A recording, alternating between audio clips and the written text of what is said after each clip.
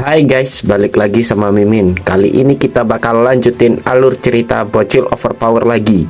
Bagi yang mau lihat part sebelumnya, bisa cek link playlist di deskripsi. Link traktiran kopi juga ada di situ ya.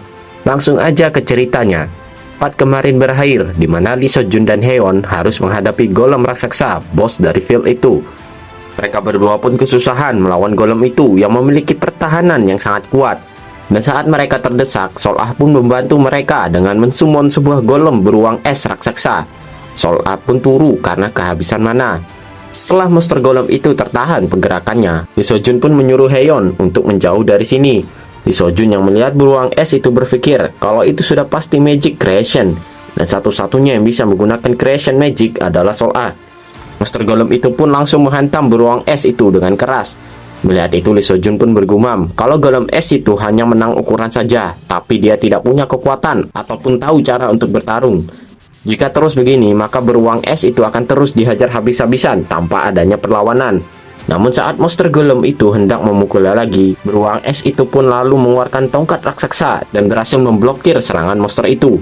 Lee Seo-jun dan Hae-won pun terkejut melihat kejadian itu. Golem es milik Sol-ah pun lalu melancarkan serangan balasan yang berhasil membuat monster golem itu mundur secara perlahan. Tidak berhenti di sana, golem milik Sol-ah terus menyerang monster golem itu sampai ia tersudut.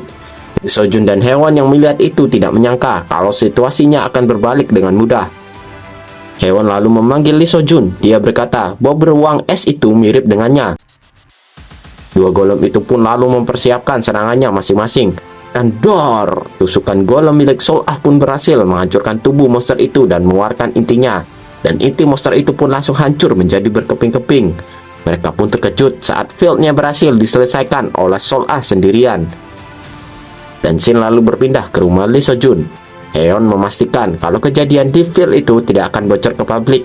Dan dia juga akan memastikan tidak akan ada yang tahu kejadian ini. Lee Seo-jun pun akan mempercayakan semuanya kepada Hae-won. Dan Hae lalu bertanya, apakah kondisi Lee Seo-jun sudah baik-baik saja? Lee Seo-jun pun bilang kalau dia sudah mengobati luka-lukanya, jadi jangan khawatir.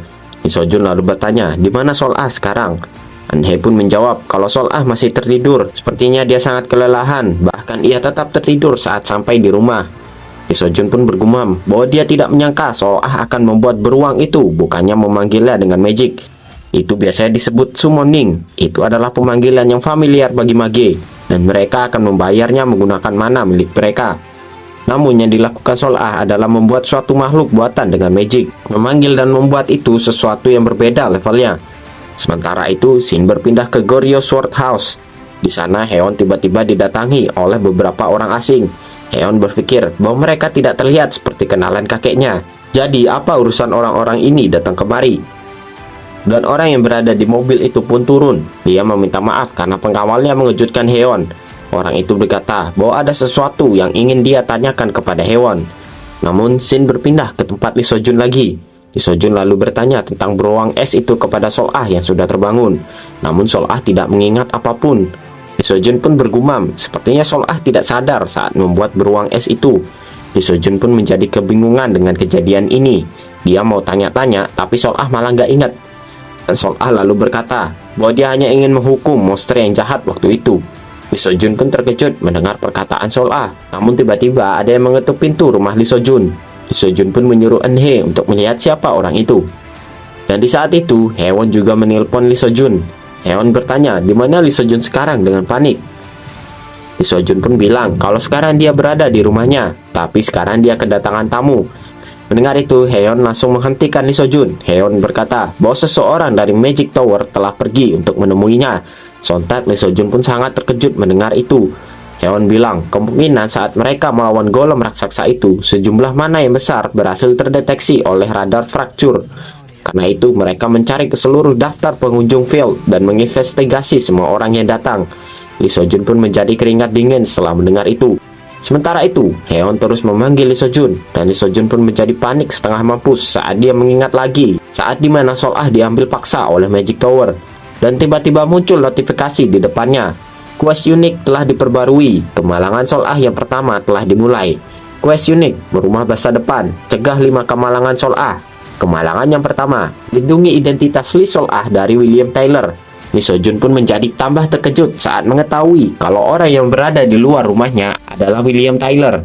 Melihat Lee Seo-jun yang sangat panik seperti itu, Eun-hye pun menghampirinya dan bertanya apa yang terjadi. Lee Seo-jun pun melihat kalau tangan Eun-hye bergetar ketakutan. Lee Seo-jun pun bilang kepada Haeon kalau dia akan mencari cara untuk masalah ini. Lee Seo-jun pun menjelaskan situasinya kepada Eun-hye dan Sol-ah kalau terdapat beberapa orang dari Magic Tower yang akan menyelidiki kejadian di field waktu itu. Lee Seo-jun lalu memegang Sol-ah. Dia tidak boleh mengulur lebih banyak waktu agar tidak menimbulkan kecurigaan. Lee Seo-jun lalu bilang kepada Sol-ah kalau dia ingin Sol-ah melakukan sesuatu. Lee Seo-jun pun mempersilahkan orang-orang itu untuk masuk. Tyler lalu memperkenalkan dirinya dan dia juga berterima kasih kepada mereka karena mau kooperatif. Dia bilang memang mungkin ini agak mendadak, namun investigasi ini langsung dari asosiasi. Lee Seo-jun pun bergumam kenapa harus si William Tyler yang datang dari sekian banyaknya orang. William Tyler merupakan manajer cabang Magic Tower di Inggris. Dia adalah orang yang sangat berbakat. Lalu pengawalnya yang bersama Tyler kembali. Pengawal itu melaporkan kalau dia tidak menemukan sesuatu yang mencurigakan di sini. Lee Seo-jun pun bergumam kalau mereka pasti memeriksa tanda-tanda sisa mana di sini. Untuk saja mereka tidak menyadari mana milik Sol-ah, ucap Lee Seo-jun. Sebelumnya, Lee Seo-jun memberitahu Sol-ah bahwa terdapat beberapa orang jahat yang mencarinya. Lee Seo-jun pun meminta Sol-ah untuk menyembunyikan mananya jauh di dalam dirinya. Eun-hye pun bertanya, sebenarnya apa yang terjadi? Lee Seo-jun pun bilang, jika instingnya benar, mana Sol-ah tidak terkendali bukan karena dia tidak bisa mengontrolnya, tapi tidak ada yang bisa mengajari Sol-ah, jadi dia belum pernah mencobanya. Dan Sol-ah pun langsung mencoba untuk menyembunyikan mananya sedalam mungkin. Lalu, scene berpindah ke situasi sekarang, di mana Taylor memberikan beberapa pertanyaan kepada Lee Seo-jun dan Eun-hye. Dia bertanya, apakah mereka baru-baru ini mendatangi Goryeo Sword House? Dan Lee Seo-jun pun membenarkannya. Lee Seo-jun pun lalu memegang tangan Eun-hye yang sedang ketakutan untuk menenangkannya. Taylor lalu bertanya, apakah hanya mereka berdua yang mengalahkan boss field-nya? Lee Seo-jun lalu membantahnya. Dia bilang kalau Haewon ikut membantu mereka. Mendengar itu, Taylor pun langsung ke intinya saja. Dia berkata, kalau mereka menemukan bukti sejumlah penggunaan mana bersamaan dengan objek mencurigakan yang ada di field. Taylor pun lalu menunjukkan sebuah foto kepada Lee Seo-jun. Lee Seo-jun pun terkejut karena foto itu adalah sisa-sisa golem es milik Sol-ah. Saat itu, setelah mengalahkan monster golemnya, beruang es Sol-ah hancur menjadi berkeping-keping dan meleleh secara perlahan. Lee Seo-jun tidak menyangka kalau mereka akan menjadikan kepingan es itu sebagai bukti. Lee Seo-jun pun lalu berkata bahwa dia tidak mengetahui apapun tentang foto yang disodorkan Tyler. Taylor pun lalu memperhatikan Lee Seo-jun, Eun-hye, dan Sol-ah secara seksama. Dia bergumam kalau Lee Seo-jun dan Eun-hye memiliki mana yang kuat, tapi tidak di titik mereka bisa menggunakan magic. Dia pun berpikir mungkin mereka salah tempat. Dia pun lalu berterima kasih kepada Lee Seo-jun dan Eun-hye karena mereka mau bekerja sama dengan baik. Dan setelah Taylor pergi, mereka pun bisa bernafas lega. Haeon pun langsung buru-buru menelpon Lee Seo-jun karena khawatir. Dia berkata kalau dia hampir mati lemas. Eun-hye pun berkata kalau dia juga sangat ketakutan.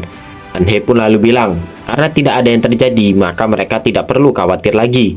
Lee Seo-jun pun berkata untuk memikirkan itu besok saja. Sekarang mereka akan beristirahat terlebih dahulu. Namun Lee Seo-jun pun terkejut saat melihat questnya belum menghilang atau sudah diselesaikan. Lee Seo-jun pun bergumam, berarti kemalangan Sol-ah yang pertama belum selesai. Lee Seo-jun pun menyadari kalau dia bisa lolos kali ini. Dan jika sampai si Taylor mengetahui mana Sol-ah, apakah dia bisa melawannya atau tidak? Saat ini, Lee Seo-jun hanya sedikit lebih kuat daripada Hunter biasanya. Mungkin Lee Seo-jun hanya bisa bertahan sebentar, dan akhirnya dia juga akan kalah. Lee Seo-jun pun berkata bahwa dia akan menjadi lebih kuat dengan cara apapun.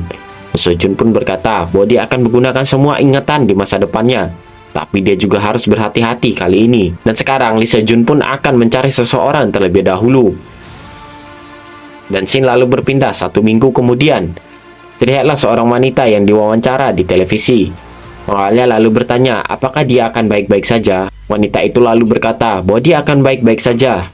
Lagi pula ini bukan pertama kalinya dia memasuki dungeon. Dan wanita itu pun sampai di dekat dungeon yang ingin ia masuki. Semua hunter di sana pun terkejut saat melihat kedatangan wanita itu. Dia adalah Ha Iram, anak dari pemilik perusahaan top di Korea. Hiram pun mengeluarkan pistolnya dan dia akan memasuki dungeon itu. field bawah tanah stasiun Guanghuamun. Saat memasuki field itu, Iram merasakan ada yang aneh karena dia tidak melihat satupun monster di sini. Dia berpikir, apakah ada seseorang yang telah menyelesaikan field ini? Iram juga merasa aneh. Kenapa dia merasa begitu gugup padahal dia sudah mempersiapkan segalanya yang ia butuhkan? Padahal di sini tidak ada orang dan juga tidak terlihat mencurigakan. Namun tiba-tiba muncul seseorang yang datang dari belakang Iram sambil membawa pisau. Iram bergumam kalau orang itu mengejutkannya. Iram pun mencoba bertanya kepada orang itu. Namun tiba-tiba orang itu langsung menyerang Iram dengan menusuknya menggunakan pisau yang ia bawa tadi. Sontak Iram pun terduduk lemas karena dia terluka. Dia pun lalu menodongkan pistolnya kepada orang itu. Iram lalu berteriak, mengapa orang-orang ini menusuknya? Dan ternyata orang itu tidak sendirian. Dia ternyata ditemani oleh salah satu orang lagi. Iram pun bergumam, jika dia berhasil keluar dari sini hidup-hidup, dia akan membunuh siapapun dalang dari penyerangan ini. Namun sekarang dia tidak yakin apakah bisa selamat atau tidak. Namun tiba-tiba datanglah Lee Seo-jun yang langsung menendang salah satu penyerang itu. Iram pun terkejut melihat kedatangan Lee Seo-jun. Sementara orang yang ditekel Lee Seo-jun langsung pingsan di tempat. Seo-jun pun terkejut karena orang itu langsung pingsan dengan satu serangan. Orang satunya pun bertanya dari mana Lee Seo-jun datang, apakah dia pengawal Iram? Orang itu pun hendak menyerang Lee Seo-jun dan dia berkata agar Lee Seo-jun tidak mengganggunya. Namun dengan mudah Lee Seo-jun dapat menghindari serangan pria itu. Lee Seo-jun lalu memukul leher belakang orang itu hingga pingsan. Melihat Lee Seo-jun yang dapat membuat dua orang itu pingsan dengan mudah, Iram pun bertanya siapa sebenarnya Lee Seo-jun. Lee Seo-jun bilang kalau dia hanya hunter yang kebetulan lewat. Lalu dijelaskan perusahaan bapaknya Iram yaitu Hi-Tech. Itu adalah perusahaan yang terkenal dengan manufaktur senjatanya. Hi-Tech terkenal di seluruh Korea karena membuat berbagai macam kebutuhan hunter seperti senjata dan potion. Lalu Shin berpindah ke rumah sakit tempat Iram dirawat. Iram lalu membaca biodata milik Lee Seo-jun dan dia memastikannya kepada Lee Seo-jun. Dia bertanya, apakah Lee Seo-jun memiliki anak dengan seorang wanita yang bernama Eun-hye? Lee Seo-jun pun membenarkannya. Dia bilang, dia memang sudah punya anak bersama Eun-hye, namun mereka belum menikah. Iram lalu berkata, Lee Seo-jun telah menyelamatkan nyawanya, jadi dia akan memberikan hadiah kepada Lee Seo-jun. Iram lalu meminta nomor rekening Lee Seo-jun, namun Lee Seo-jun bilang kalau dia tidak apa-apa. Iram pun berkata kalau Lee Seo-jun tidak perlu sungkan, dia bisa memberi Lee Seo-jun lebih banyak jika dia mau. Lee Seo-jun tetap berkata kalau dia tidak apa-apa. Namun sejujurnya tawaran ini sangat menggoda. Jika jumlah sebanyak itu masuk ke rekeningnya Lee Seo-jun, maka dia bisa berinvestasi di banyak tempat. Namun jika dia menerima uang itu, maka hubungannya dengan Iram akan berhenti di sini. Lee Seo-jun pun berkata kalau dia melakukan itu bukan karena uang. Iram pun berkata kalau Lee Seo-jun lebih menarik daripada yang ia kira. Iram lalu berkata jika dia tidak bisa memberikan Lee Seo-jun hadiah, maka dia akan memberikan Lee Seo-jun oleh-oleh. Lee Seo-jun pun menjadi kebingungan dengan maksud Iram. Iram pun berkata kalau dia punya dua. Salah satunya adalah dungeon yang belum diselesaikan. Dungeon itu bernama Tiger Den. Di sana muncul sebuah monster dan Iram mencoba untuk mengirimkan beberapa hunter ke sana. Namun semuanya sudah dianggap mati dan tak kembali. Dia pun lalu menunjukkan rekaman terakhir dari para hunter itu, di mana terdapat satu hunter yang selamat. Dia pun lalu mendengar suara orang yang meminta tolong. Dengan senang dia pun lalu menghampiri sumber suara itu. Namun inilah akhir dari video itu. Lee Seo-jun pun memperhatikan foto itu dengan seksama. Iram berkata, awalnya dia ingin pergi ke sana sendirian. Namun karena dia terluka, dia tidak jadi pergi. Lee Seo-jun pun lalu bertanya, kapan dia harus pergi ke sana? Iram bertanya balik kepada Lee Seo-jun, apakah Lee Seo-jun akan pergi sendirian ke sana? Dia mengingatkan kalau tempat itu sangatlah berbahaya. Namun Lee Seo-jun bilang kalau dia tetap akan pergi sendirian. Lee Seo-jun pun bilang kalau dia sudah tahu Iram ingin menguji kekuatannya. Dan beberapa saat kemudian setelah Lee Seo-jun pergi, pengawalnya bertanya kepada Iram, apakah tidak apa-apa membiarkan Lee Seo-jun pergi sendirian? Iram pun menyuruh pengawalnya untuk membiarkannya saja, karena itu adalah kemauan Lee Seo-jun sendiri. Iram berkata kalau dia merasakan jika perkataan Lee Seo-jun itu adalah sungguhan. Dan Shin lalu berpindah ke rumah Lee Seo-jun. Dia pun lalu disambut oleh senyuman Sol-ah yang lucu. Lee Seo-jun bergumam bahwa seluruh lelahnya hilang saat pulang ke rumah, di mana dia disambut oleh anak gadisnya yang lucu dan juga istrinya yang cantik, namun lebih tepatnya mantannya. Sol-ah lalu berkata bahwa wangi Lee Seo-jun enak sekali. Lee Seo-jun lalu bertanya kepada Eun-hye, memangnya wanginya apaan? Eun-hye pun akan memeriksanya. Eun-hye pun lalu mendekati Lee Seo-jun dan mencium bajunya. Dan sementara itu, Lee Seo-jun menjadi salting karena Eun-hye mendekatinya. Eun-hye pun berkata kalau Lee Seo-jun berbau parfum wanita. Lee Seo-jun pun menjadi keringat dingin. Dia bergumam, mungkin parfum Iram menempel padanya saat dia menggendong Iram waktu itu. Dan dengan sangat polos, Sol-ah berkata, apakah bapaknya punya selingkuhan? Lee Seo-jun pun menjadi keringat dingin lagi. Dia bergumam, dari mana Sol-ah mengetahui kata-kata itu? Eun-hye pun menyuruh Lee Seo-jun untuk menatap matanya lagi. Lee Seo-jun pun dengan panik berusaha menjelaskan situasinya kepada Eun-hye. Dia lalu menyuruh Eun-hye untuk melihat matanya yang penuh akan kejujuran. Lee Seo-jun bergumam kalau dia akan mempertaruhkan segalanya kepada mata ini. Lee Seo-jun pun terus bergumam di dalam hatinya kalau dia tidak selingkuh. Eun-hye pun percaya kepada Lee Seo-jun. Hal itu pun membuat Lee Seo-jun bisa bernapas lega. Eun-hye pun berkata, Lee Seo-jun jangan sampai gugup seperti itu, toh dia hanya bertanya saja. Lee Seo-jun pun bergumam kalau Eun-hye tadi seperti ingin menghabisinya. Sol-ah lalu berkata kalau bapaknya selamat kali ini. Lee Seo-jun pun bergumam kalau TV adalah biang keladinya.